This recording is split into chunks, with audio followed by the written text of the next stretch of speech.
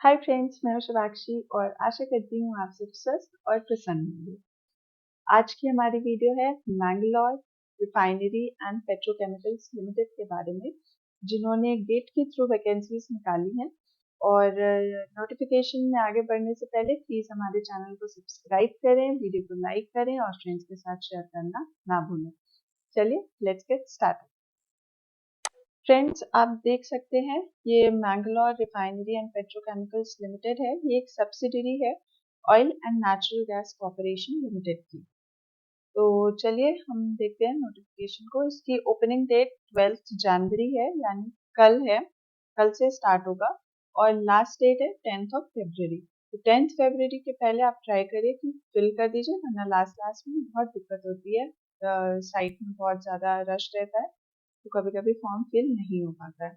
अब ये जो पोस्ट है ये assistant engineer and assistant executive की है, जो कि E2 ग्रेड पे होगा। तो गेट का एग्जाम के थ्रू ये होगा। अब इनिशियल शॉर्टलिस्टिंग जो है कैंडिडेट्स की, वो गेट के थ्रू होगी। गेट 2023 के मार्क्स पे होगी, उसके पहले के कंसिडर नहीं किए जाएंगे। अब वैकेंसीज की डिटेल देख लेते हैं। केमिकल डिसिप्लिन में नंबर ऑफ पोस्ट 15 है। केमिकल इंजीनियर्स CH, जिसका मिनिमम क्वालिफिकेशन है केमिकल इंजीनियरिंग या केमिकल टेक्नोलॉजी और पेट्रोकेमिकल इंजीनियरिंग और पेट्रोकेमिकल टेक्नोलॉजी। मैकेनिकल में अगर हम बात करें तो नंबर ऑफ पोस्ट 8 है। मैकेनिकल इंजीनियरिंग के लिए आपको क्वालिफिकेशन मैकेनिकल इंजीनियरिंग की होनी चाहिए। इलेक्ट्रिकल्स में नंबर ऑफ पोस्ट 3 है। क्वालिफिकेशन में अगर हम देखें तो electrical engineering, electrical and electronics engineering will go. Fourth discipline है हमारी कंप्यूटर साइंस की, जिसमें नंबर ऑफ पोस्ट ओनली 1 है। जिसमें आपको क्वालिफिकेशन में computer science, computer engineering, computer technology और इंफॉर्मेशन साइंस और इंफॉर्मेशन इंजीनियरिंग और information technology, artificial intelligence, machine learning, data science, cyber security और इंटरनेट ऑफ थिंग्स में से कुछ भी होगा तो it will go for you. अगर हम पोस्ट रिजर्वेशन की बात करें तो केमिकल में हमने देखा था 15 नंबर ऑफ पोस्ट हैं, जिसमें कि अनरिजर्व के लिए 8 है, EWS के लिए 1 है, 1 है, OBC NCL के लिए 3 है, SCs के लिए 1 है, STs के लिए 2 है और PWBDs के लिए 1 है। इसमें SLDs और 1 HH के लिए है। मैकेनिकल में टोटल नंबर ऑफ पोस्ट 8 है। अनरिजर्व के लिए नहीं है, EWS के लिए नहीं है, OBC NCL के लिए 4 है, SCs के लिए 3 है, STs के लिए 1 है और PWD में 1 है, जो कि HH के लिए है। इलेक्ट्रिकल की बात करें तो नंबर ऑफ पोस्ट 3 है। अनरिजर्व EWS में कोई पोस्ट नहीं है, OBC NCL में 1 है, SCs में 1 है, STs में 1 है और PWDs के लिए भी 1 है। कंप्यूटर साइंस में टोटल नंबर ऑफ पोस्ट 1 है, जो कि सिर्फ SCs के लिए है। इसमें HH है हार्ड ऑफ हियरिंग के लिए और SDL है स्पेसिफिक लर्निंग डिसेबिलिटीज। अगर हम आगे देखते हैं तो आप किसी भी चीज़ का अगर रिजर्वेशन लगा रहे हैं या अपना रिलैक्सेशन के लिए अप्लाई कर रहे हैं तो प्लीज़ आप अपना डॉक्यूमेंट्स देख लीजिएगा। डॉक्यूमेंट्स आपके पास कंप्लीटेड हो तो ही अप्लाई कीजिएगा, वरना आपका फॉर्म रिजेक्ट हो जाएगा। अगर आप बाद में आपका जब वेरिफिकेशन होगा तो उसमें फॉर्म कैंसिल कर दिया जाता है। तो मेक श्योर कि आपके पास प्रॉपर डॉक्यूमेंट्स हो, तभी आप अप्लाई करें उस कैटेगरी के लिए। अगर आपको इससे डिसेबिलिटी से रिलेटेड PWDs कैटेगरी में थोड़ा सा और जानना है तो आप कमेंट बॉक्स में मेंशन कर दीजिए, मैं आपको अलग से बता दूंगी। अपर एज लिमिट का जो रिलैक्सेशन है वो किस हिसाब से OBC NCL का 3 इयर्स का है, SCs एंड STs का 5 इयर्स का है। मैक्सिमम जो है वो 27 इयर्स है अनरिजर्व के लिए and economically weaker section category के लिए। और cut off date of deciding the maximum permissible age कौन सी होगी, 10 फरवरी 2024 तक में आपको 27 इयर्स से पार नहीं होना चाहिए। OBCs and SCs and STs का रिलैक्सेशन है। और अगर हम आगे PWDs और अदर कैंडिडेट्स का देखें तो मिनिमम 40% डिसेबिलिटी इंटाइटल्ड होगी 10 इयर्स रिलैक्सेशन के लिए।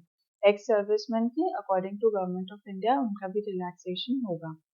अब एजुकेशन क्वालिफिकेशन या अदर एलिजिबिलिटी में अगर हम बात करें तो गेट 2023 वाले ही बच्चे एलिजिबल होंगे जिन्होंने गेट 2023 क्वालिफाई किया है। अब कौन सी यूनिवर्सिटीज एप्लीकेबल हैं जिनके आपके हैं, तो कोई भी क्वालिफिकेशन हो, यूजीसी रिकॉग्नाइज्ड यूनिवर्सिटी होनी चाहिए या इंडियन डीम्ड यूनिवर्सिटी होनी चाहिए, AICTE अप्रूव्ड यूनिवर्सिटी होनी चाहिए, या मतलब कोई गवर्नमेंट यूनिवर्सिटी टेक्निकल एजुकेशन की यूनिवर्सिटी के अगर आपकी डिग्री वहां से है तो वहाँ पे एप्लीकेबल हुआ। मिनिमम क्वालिफिकेशन की अगर हम बात करें, इसमें मिनिमम एग्रीगेट मार्क्स जो होते हैं वो अनरिजर्व पोस्ट और EWS and OBC NCL category के लिए 60% एग्रीगेट मार्क्स हैं क्वालिफाई करने के लिए, और SCs STs PWD के लिए मिनिमम 50% एग्रीगेट मार्क्स जरूरत है।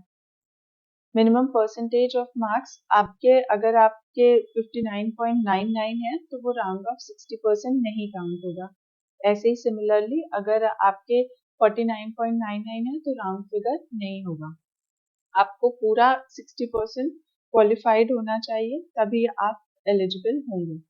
अगर आपका CGPA OGPA या ग्रेड फैक्टर है तो उसके लिए भी आपको जो क्राइटेरिया है वो फुलफिल हुआ होना चाहिए, आपको कन्वर्ट करके फिर निकाल के देना होगा। अगर हम आगे देखें तो इंजीनियरिंग डिग्री में BE BTech BSc engineering 4 years के जो कोर्स होते हैं वो आते हैं, और अगर आपका BE BTech और ME MTech इंटीग्रेटेड कोर्स है तो relevant discipline shall be considered, आपको कंसिडर किया जाएगा। और अगर आपने MTech भी कर रखा है एनी डिसिप्लिन में तो BE BTech मेंशन क्वालिफिकेशन आपको उसका एग्जाम मतलब उसकी डिग्री लगानी होगी और गेट का एग्जाम तो है ही। नेक्स्ट अगर हम बात करें तो वही है कि आपको मार्क्स कन्वर्ट करके रखने होंगे। आपका जो पे स्केल है वो E2 ग्रेड होगा, तो आपकी बेसिक पे जो होगी वो 50,000 होगी, और ये स्केल जो जाएगा 50,000 से 1,60,000 तक जाएगा, और 1,60,000 में आपके बहुत सारे इमोल्यूमेंट्स ऐड होंगे, तो वो ऐड होते होते अप टू 160 मतलब 1,60,000 जाएगा अप्रॉक्स। जो आपकी CTC बनेगी वो 16 to 18 lakhs पर annum होगी। सर्विस बॉन्ड होता है इसमें, candidate selected as assistant engineer और assistant executive will have to execute a service bond to serve MRPL for a minimum period of 3 years. आपको मिनिमम 3 इयर्स तक सर्व करना ही पड़ेगा डेट ऑफ ज्वाइनिंग से, including training cum probation period. Training को मिला के आपको 3 साल काम करना पड़ेगा, वरना आपका बॉन्ड होगा, आपको उस अमाउंट को पे करना पड़ेगा अगर आपने 3 साल के पहले MRPL को छोड़ने का फैसला किया तो जनरल के लिए जो बॉन्ड है वो 3 lakhs है, और जो EWS OBC NCL SCs STs and PWD का है वो 50,000 है। Candidates belonging to reserve category has to furnish caste certificates आपको लगाने हैं। सिलेक्शन प्रोसीजर क्या होगा, गेट के मार्क्स तो होंगे ही, साथ में आपको ग्रुप डिस्कशन और पर्सनल इंटरव्यू ये क्वालिफाई करना पड़ेगा, तभी आपका मेन सिलेक्शन होगा। और शॉर्ट लिस्टेड कैंडिडेट को ये सारी चीजें ऐड करके आउट ऑफ 100 में मार्क्स दिए जाएंगे। GD और PI का मार्क्स भी ऐड होगा। Marks of any previous other GATEs नहीं होगा, सिर्फ 2023 का ही एप्लीकेबल है। किस रेशियो में बुलाया जाएगा, 1:5 के रेशियो में बुलाया जाएगा। अगर 1 पोस्ट है तो 5 कैंडिडेट्स आएंगे। In case of multiple candidates then candidates, अगर किसी कैंडिडेट की किसी 2-3 कैंडिडेट्स के अगर सेम मार्क्स हैं गेट में, तो जिसकी जो अदर एसेंशियल क्वालिफिकेशंस हैं उसमें जिसमें हायर मार्क्स होंगे उसको एप्लीकेबल समझा जाएगा ज्यादा। बाकी अदर इंस्ट्रक्शंस की अगर हम बात करें तो कोई और सोर्स नहीं है, आप सारी इंफॉर्मेशन उनकी वेबसाइट से देख सकते हैं। कोई भी क्वेरी है तो इसमें क्वेरी का मेल भी दिया हुआ है, एलिजिबिलिटी क्राइटेरिया, और अगर आप कोई भी चीज़ रिजर्वेशन लगा रहे हैं तो आप सर्टिफिकेट दीजिए, और इनका रिक्रूटमेंट प्रोसेस के लिए ईमेल करिए, ये ईमेल आईडी दी हुई है, इस पे आपको ईमेल करना है, और किसी भी जगह से कोई भी किसी भी तरह की कम्युनिकेशन नहीं हो रही है, तो ये आपको ध्यान रखना है। अगर आप किसी और वेबसाइट पे देखते हैं तो नहीं, आप इनकी वेबसाइट पे जाइए और वहां से ही अप्लाई कीजिए। एप्लीकेशन फीस अगर हम बात करें तो एप्लीकेशन फीस 100 रुपीज है प्लस GST, तो 118 रुपीज आपकी फीस है।